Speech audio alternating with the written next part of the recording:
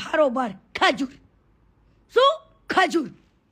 હવે સાંભળો, ધવલ હારે દગો કર્યો.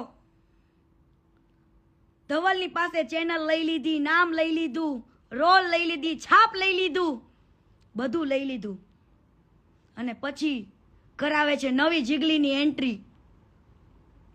નવા બધા ક્રિએટરને ગોતે, કોઈને પૈસા. જે માણસ આટલી મોટી સેવા કરતો હોય ને, ઈ માણસ એને ત્યાં કામ કરતા હોય ને એને પેલા વળતર દઈ દે ને તો તમારી સેવા કરાય, બાકી તમારી સેવા કરાય નહીં. હું આખું તો તમને આખું ટોટલ સાથે બિઝનેસ કહું છું, એનો હમણાં કહું. વેટ કરો, કન્ટિન્યુ બને રહો મારી જોડે. હું ટોટલી હિસાબ સાથે કહીશ કેવી રીતનું પ્રોફિટ અને શું બધું જ. ધવલ ડોમડિયાને રાતોરાત બિચારાને કાઢી મૂક્યો. હે, ચેનલ લઈ લીધી, નામ લઈ લીધું, ફેમ લઈ લીધી, બધું જ. ધવલ ડોમડિયાએ સાઈડમાં નવું સ્ટાર્ટ કર્યું હતું.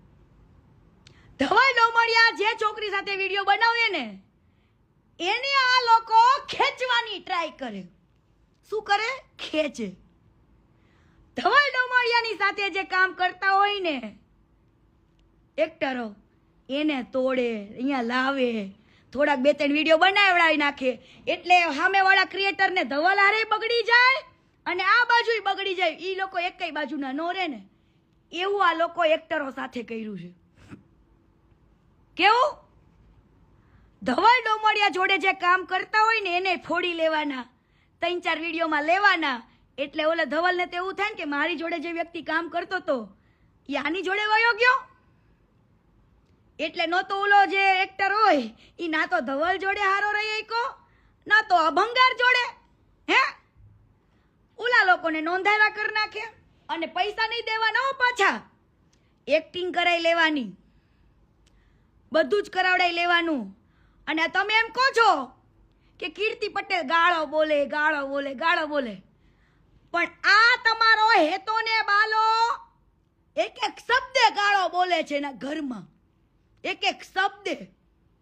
એની સાથે જે કામ કરતા હોય એ બધા જ વ્યક્તિને એક શબ્દોમાં ગાળોથી બોલાવે, એનું અપમાન કરે, એની બેઇજ્જતી કરે અને બધું. હમણાં પછી મારી એન્ટ્રી થશે, થોડીક રાહ જુઓ. પછી શૂટિંગમાં મારી પણ એન્ટ્રી થશે. હું મારી કહાની પણ કહીશ આજે. જે કહાનીને મેં દબાવી રાખી હતી, કીધું જવા દો ભાઈ. ત્યારે 5 વર્ષ પહેલા કીર્તિ બહુ ડાઈ હતી, પણ હવે ઘાટના પાણી પીને બેઠી છે.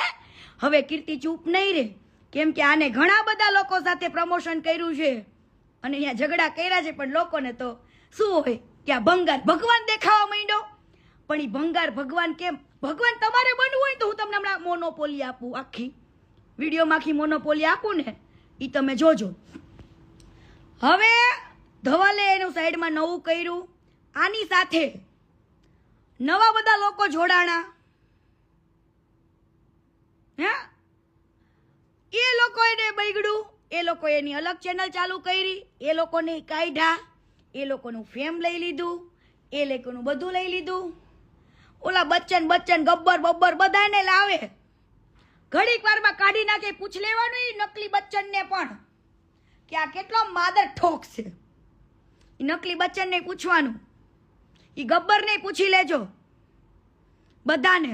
અને આની જોડે જેટલા લોકોએ છોકરીથી લઈને છોકરાએ કામ કર્યા છે ને એ બધાને રિવ્યુ પૂછી લેવાના કે કેટલા હલકા છે. હેતો ને બાલો ભંગાર. હે, આ હેતો ને બાલો ભંગાર. પછી ધીરે ધીરે ટિકટોકમાં આ લોકોએ ટિકટોક સમયે જ્યારે હું ફેમસ થઈ ને ત્યારે મારો કોન્ટેક્ટ કર્યો. અને મને છે ને ત્યારે યુટ્યુબ ચેનલની એટલી બધી ખબર નહોતી પડતી. મારી હાઇલાઇટ સ્ટોરીમાં જોઈ લો, મેં હાઇલાઇટ મૂકેલું છે કે માય ફર્સ્ટ વિડીયો, એમ મારું ફર્સ્ટ શૂટિંગ, એમ પહેલું શૂટિંગ. એમ મને કંઈ ખબર, મને એટલું યુટ્યુબમાં મેં કામ નહોતું કરેલું, એટલે મારું પહેલું શૂટિંગ હતું. હવે આની જોડે મારે સિરીઝ નક્કી થઈ હતી 9 વિડીયોની. પોલીસવાળી જે હતી ને, શારદા સરદીવાળી, એના 9 ભાગ બનવાના હતા. કેટલા? 9 ભાગ.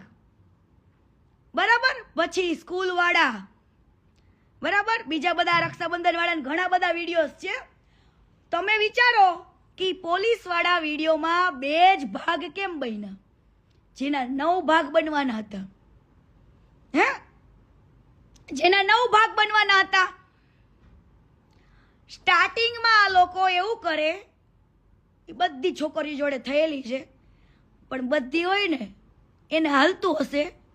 કીર્તિ પટેલને આજે નો હાલે ને કાલે નો હાલે હો. અને મારી પાસે છે, બધું જ છે, ખાલી રાહ જો. હો ભંગાર, તું રાહ જો બકા. હું તને તારી હકીકત કહું. તે કાવેરી ગોળ વાળા હારે એવું કર્યું છે, ઓલા ફાસ્ટ ટ્રેક સાયકલ વાળા હારે ઈ જ કર્યું છે, બધા હારે ઈ જ કર્યું છે. હો તારે બધે માલિક થાવું છે. પણ સાંભળ, આને મને પ્રમોટ કરી કે ભાઈ કીર્તિ પટેલને બોલાવો, એની સાથે વિડીયોઝ બનાવવા, આ તે બધું એમ. ત્યાર વખતે ટિકટોકમાં હું ફેમસ થઈ હતી ને, એટલે મારો ફાયદો ઉપાડવા માટે એને મને બોલાવી. આપણને કંઈ ખબર નહોતી પડતી, હવે પડી બરાબર. એટલે આ એક ભાઈ રહ્યો ને, બાલો એટલે તરુણ જાની, બાલો એટલે તરુણ જાની, અને હેતો એટલે નીતિન જાની, બરાબર. આ બંને ભાઈઓ કેવું કરે, છોકરીઓ, જેટલી છોકરીઓએ કામ કરી ને, કદાચ એના મા બાપને પોસાતું હશે, પણ મારા મા બાપને ન પોસાય, કે કીર્તિ પટેલને ન પોસાય. તમારી વલ્ગર વાતો, તમારા વલ્ગર નખરા. કદાચ એ ત્યાર વખતે કીર્તિ પટેલ આટલું બહારતી નહોતી, બોલતી નથી, ગાળો નથી બોલતી, એટલી છે ને ડાઈ હતી હું. આને નથી ખબર કીર્તિ પટેલનો ચાળો કરવો ને એ બહુ અઘરો છે. એ મારા લોહીમાં હતું, બરાબર. જ્યાં તમારી ચાળા કરતા હતા ને જે છોકરીઓ